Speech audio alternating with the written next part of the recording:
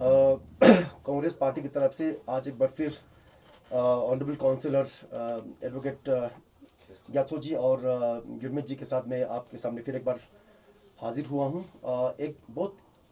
महत्वपूर्ण विषय को लेकर। आप सबको मालूम है पीछे कुछ दिन पहले खनपो रिम्पोचे जी के क़यादत में एक कमेटी का गठन हुआ जिसमें हमारे भूतपूर्व मेंबर पार्लियामेंट संसद सदस्य श्री तुर्कन सावन जी मौजूद थे। भूतपूर्व हमारे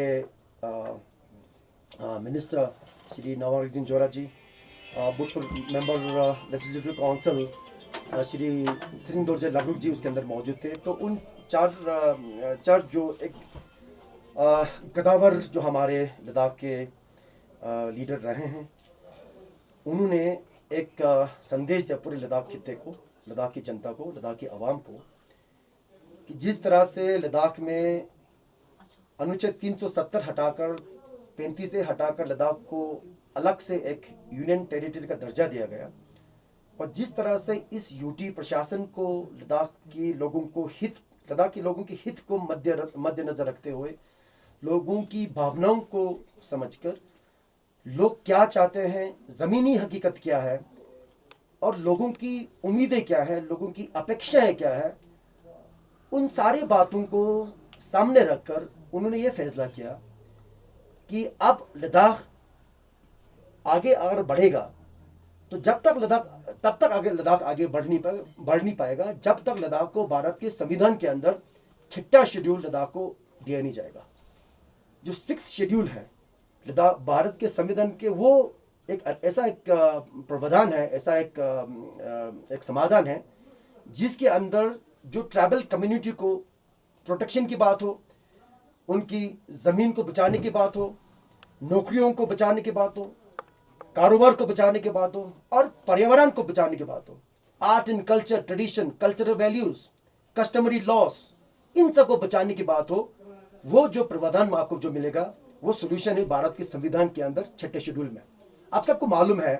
पीछे अरुणाचल प्रदेश जो राज्य है, जो एक बीजेपी एक रूलिंग स्टेट है, जहाँ पर पेमा खंडू जी चीफ मिनिस्टर हैं, उनको वो ऑलरेडी 5th शेड्यूल के अंदर बैठा हुआ है, 371H उनके पास है। राज्य होते हुए भी, चीफ मिनिस्टर होते हुए भी, उनके काउंसिल ऑफ मिनिस्टर्स होते हुए भी उन्होंने ये फैसला किया कि आप पूरा जो अरुणाचल प्रदेश जो राज्य है उसको 6th शेड्यूल में लाया जाए। ये एक छोटा मोटा उन्होंने कदम नहीं लिया, ये एक बहुत ऐतिहासिक कदम लिया अरुणाचल प्रदेश के मद्देनजर से, क्योंकि अभी भी वो सुरक्षित महसूस नहीं कर रहे हैं।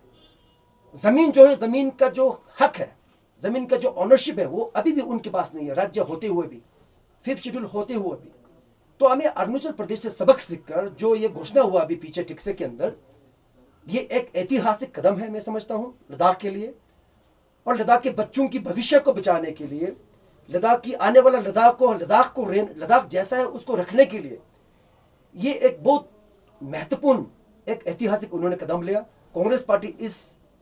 इस घोषणा से संतुष्ट है और इनके पीछे हम खड़े हैं, उनको पूरा हमारे पार्टी का समर्थन है।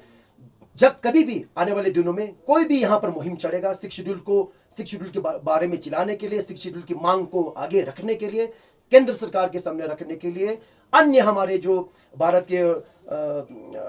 के पार्लियामेंट के सामने रखने के लिए जो भी जद्दोजहद करना पड़ेगा, कमेटी जो भी फैसला लेगा, कांग्रेस पार्टी का उनका पूरा समर्थन मिलेगा। और मैं लद्दाख की जनता से, लद्दाख की आवाम से ये मैं अपील करना चाहूँगा, मेरी प्रार्थना है सबसे कि सब 6th शेड्यूल के लिए चिल्लाएं। जब तक 6th शेड्यूल लद्दाख को नहीं मिलेगा, जब तक 6th शेड्यूल का प्रावधान लद्दाख के अंदर लद्दाख की हिल काउंसिल को नहीं मिलेगा, लद्दाख की हिल काउंसिल को एम्पावर नहीं किया जाएगा 6th शेड्यूल के तहत, तब तक लद्दाख की जो तरक्की की बात हो, लद्दाख को बचाने की बात हो, लद्दाख को लद्दाख जैसा रखने की बात हो, वो आगे बढ़ नहीं पाएगा। इसलिए मैं आज आप सबों को यहाँ पर मैंने न्योता दिया लद्दाख की प्रेस कॉन्फ्रेंस को, और मैं लद्दाख की जनता से आशा करता हूँ, उम्मीद रखता हूँ आप सब 6th शेड्यूल के बारे में